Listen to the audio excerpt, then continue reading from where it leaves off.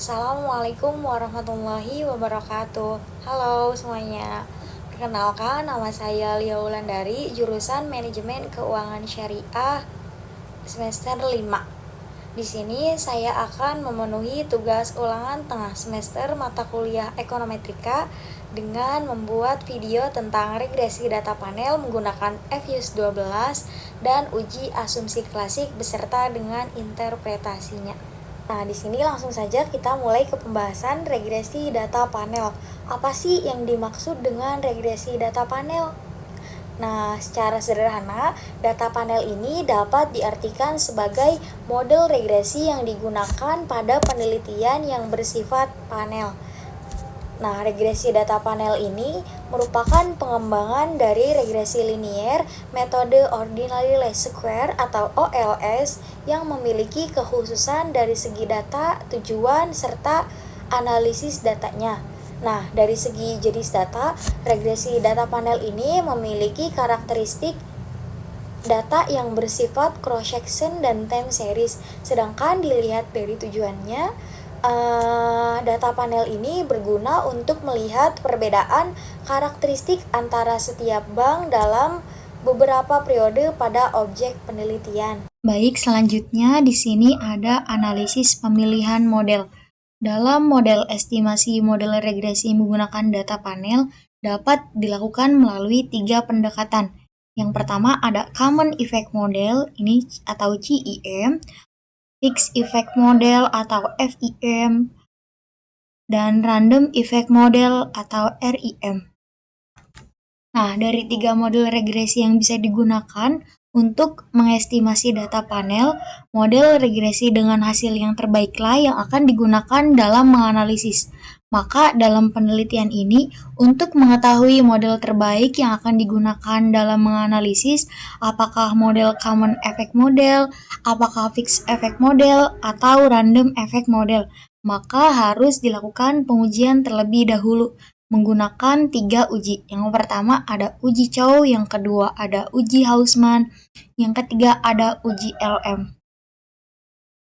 Nah, di sini ada penjelasan mengenai 3 uji tadi. Yang pertama ada uji Chow.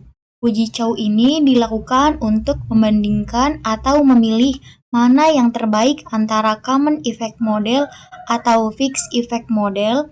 Pengambilan keputusannya dengan melihat nilai probabilitasnya. Nah, jika nilai probabilitasnya lebih besar dari 0,05, maka model yang terpilih adalah Common Effect Model. Tetapi jika nilai probabilitasnya kurang dari 0,05, maka model yang terpilih adalah Fixed Effect Model. Yang kedua ada uji Hausman.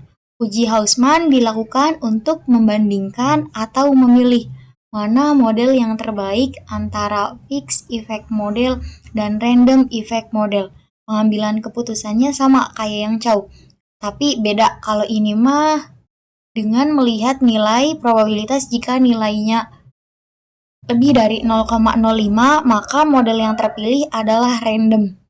Tetapi jika nilainya kurang dari 0,05, maka yang terpilih adalah Fixed Effect Model. Selanjutnya yang terakhir ada uji LM. Nah, uji LM ini bertujuan untuk menentukan mana sih model yang terbaik antara random effect dan common effect. Nah, pengambilan keputusannya tuh dengan melihat nilai probabilitasnya. Jika nilai probabilitasnya lebih dari 0,05, maka model yang terpilih adalah common effect. Tetapi jika nilai probabilitasnya kurang dari 0,05, maka model yang terpilih adalah random effect model. Baik, langsung saja kita mulai ke tutorialnya. Nah, di sini saya akan menjelaskan tentang regresi data panel dengan menggunakan FYUS 12 dan uji asumsi klasik beserta dengan interpretasinya. Nah, di sini sudah ada data panel. Data panel itu ada cross section dan time seriesnya. Cross sectionnya saya memilih dari bank. Ini ada Bank Muamalat Indonesia, Bank BCA Syariah, dan Bank Syariah Indonesia. Dan time seriesnya pertama saya menggunakan 2014, akhirnya menggunakan tahun 2023. Ini setiap bank saya mengambil datanya 10 tahun. Di sini ada Y, di mana Y ini variabel dependent, X1, X2 ini sebagai variabel independent. Kita langsung saja masuk ke Evius 12-nya. Kita oke, kita silang, kita klik file, new, work file, ininya kita ubah ke balance panel, ininya start date-nya 2014 sampai 2023. Karena kita tadi menggunakan 3 bank, ininya 3. Oke. Nah, selanjutnya kita ke quick empty group. Ini kita salin yang di Excel tadi. Yang ini. X, Y sama X2. Nah, copy.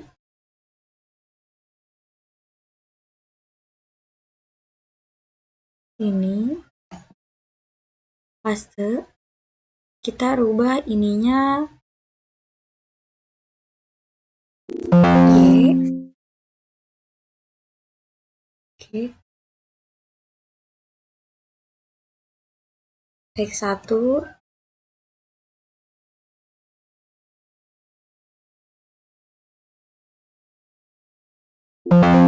X2.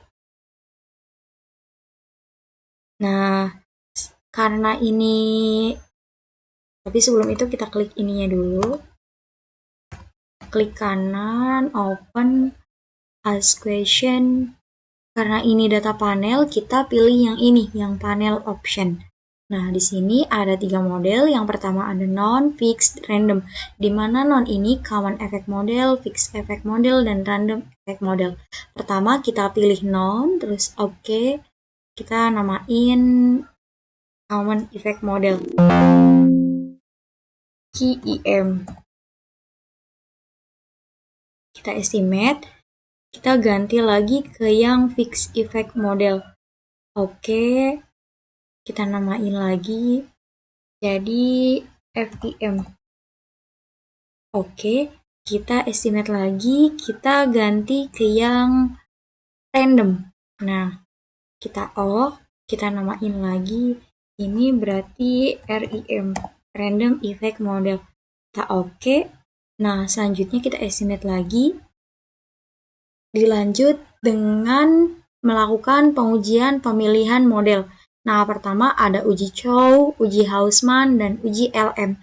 Yang pertama kita melakukan uji Chow. Kalau uji Chow, ininya kita pilih yang fix. Oke. Nah, kita ke view.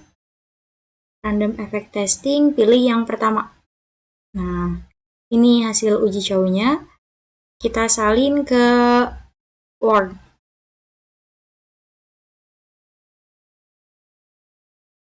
Kita ke Word. Nah, ini uji Chow. Uji Chow. Nah, dari hasil uji Chow, nilai probabilitas sebesar 0,0010 kurang dari 0,05, maka model yang terpilih yaitu fixed effect model. Maka bisa dilanjut ke uji Hausman. Kita lanjut ke uji Hausman, caranya estimate. Ininya kita di random. Oke, kita ke view. Random effect testing, pilih yang paling bawah, yang Hausman. Nah, ininya kita salin lagi. Kita lihat. Nah, ini uji Hausman. Nah, dari hasil uji Hausman, nilai probability sebesar 0,007 kurang dari 0,05, maka model yang terpilih yaitu fixed effect model. Baik, selanjutnya kita akan melakukan interpretasi uji fixed asset model. Karena yang terpilih tadi fixed effect model. Baik, selanjutnya kita akan melakukan interpretasi fixed effect model. Karena tadi kita yang terpilih adalah fixed effect model. Nah, tapi untuk pengetahuan saja di sini, gimana sih cara melakukan uji LM? Kita ke Evius dulu. Kita estimate, kita ganti kalau bikin uji LM, ininya kita di noun. Di common, kita oke. Nah, kita ke view, kita ke fix random effect testing, pilih yang kedua, yang LM. Nah, ini dia, kita salin, kita nilainya kita tahu dari sini nih. Nih, yang 0,3528. Karena saya tadi tidak menggunakan UJLM, maka ini tidak usah disalin. Kita estimate aja. Nah, selanjutnya kita perlu menginterpretasikan hasil yang dari fixed effect model. Di sini kita panel optionnya kita ganti ke fix lagi. Kita oke. Nah, ini yang perlu diinterpretasikan. Kita salin, kita ke Word. Ini variabel X1 memiliki nilai probabilitas sebesar 0,000. Itu dari sini, teman-teman. Nih. Kurang dari 0,05, maka bisa disimpulkan bahwa variabel X2 berpengaruh signifikan terhadap Y. Selanjutnya, variabel X2 memiliki nilai probability sebesar 0,2991 dari sini. Itu lebih besar dari 0,05, maka bisa disimpulkan bahwa variabel X1 tidak berpengaruh signifikan terhadap variabel Y. Selanjutnya, kita melakukan analisis hasil uji F simultan. Nah, diketahui nilai F statistik sebesar 164,1698 itu lihat dari sini nih, F statistik. Dengan nilai probabilitas sebesar 0,000, lihat dari sini, itu lebih kecil dari 0,05, maka bisa disimpulkan bahwa variabel X berpengaruh signifikan secara simultan atau bersamaan terhadap variabel Y. Selanjutnya kita ke koefisiensi determinasi R-square. Nah, kita lihat nilai R-square-nya, kita lihat di sini. R-square-nya sebesar 0,963326 atau 96,3326%. Nilai koefisiensi determinasi tersebut menunjukkan bahwa variabel independen yang terdiri dari BOPO dan FDR mampu menjelaskan variabel ROA sebesar 96,3326%, sedangkan sisanya yaitu 36,67% dijelaskan oleh variabel lain. Nah, langkah selanjutnya di dalam regresi data panel, berdasarkan uji Chow, uji Hausman, uji LM, maka model yang terbaik dalam penelitian ini adalah fixed effect model. Maka harus dilakukan uji asumsi klasik. Jika model yang terpilih CIM atau FIM, maka uji asumsi klasik yang harus dilakukan berdasarkan referensi Basuki dan Mulyadi hanya multikolonialitas dan heteroskedastisitas. Kita lanjut ke uji asumsi klasik. Estimate, ininya tetap di fix, kita oke. Nah, cara membuat uji multikolonialitas, kita ke quick, ke grup statistik, kita ke correlation, Y-nya kita hapus. Kita oke. Nah, ini kita salin ke Word. Selanjutnya, cara membuat uji heteroskedastisitas. Nah, di sini saya menggunakan uji heteroskedastisitas Blazer.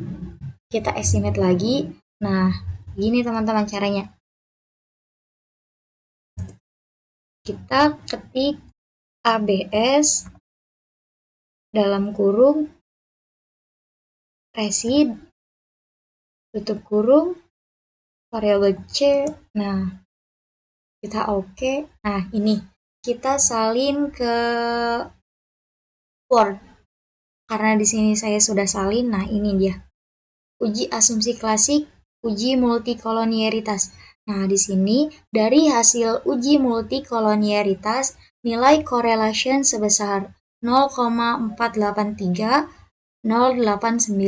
Ini dinyatakan lolos karena lebih kecil dari 0,08 dan tidak terdapat multikolonialitas.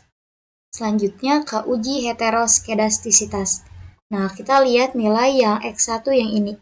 Dari hasil uji heteroskedastisitas, nilai prob X1 sebesar 0,5381 dinyatakan lolos uji heteroskedastisitas karena lebih besar dari 0,05. Mungkin cukup sekian penjelasan yang bisa saya sampaikan. Kurang lebihnya mohon maaf. Dan terima kasih yang sudah menyimak sampai akhir.